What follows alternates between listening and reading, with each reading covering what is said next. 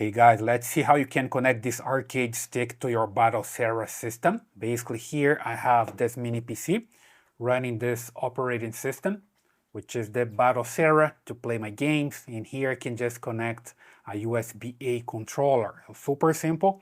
Back here you see that I have the controller with a long cable. This one comes with a 2.9 meters cable, so it's long enough.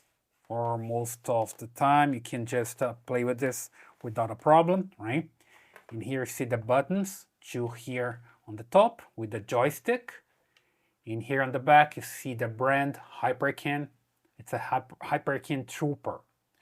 And here you see the select button, start. Here on the other side, LB, L for left, and R for right. So LB and RB, okay?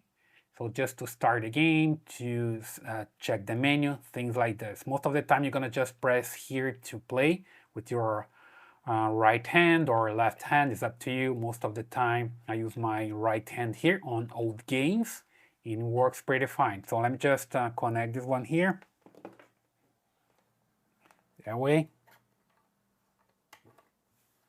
And you see here on the screen already the information about the Trooper V2 connected, right? So it's pretty easy, pretty fast as well. Just need to connect it and it's ready to go.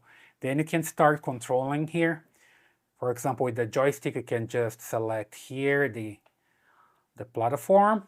There we go. And then you press this button here. You get into the game list. And here you can just select the one that you want. Press here and it loads the game, right? You just need to wait for a while to load. Let me just increase the volume here so I can play a little bit. I'm not playing this for a while, so I'm not good at it. So I'm just gonna show you here basically how it works. There we go. As soon as the game loads, you can just come here and press the start button.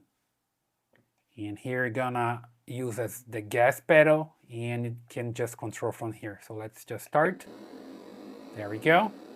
When you push back, you just brake. There we go. Accelerate again. And it's pretty easy, right?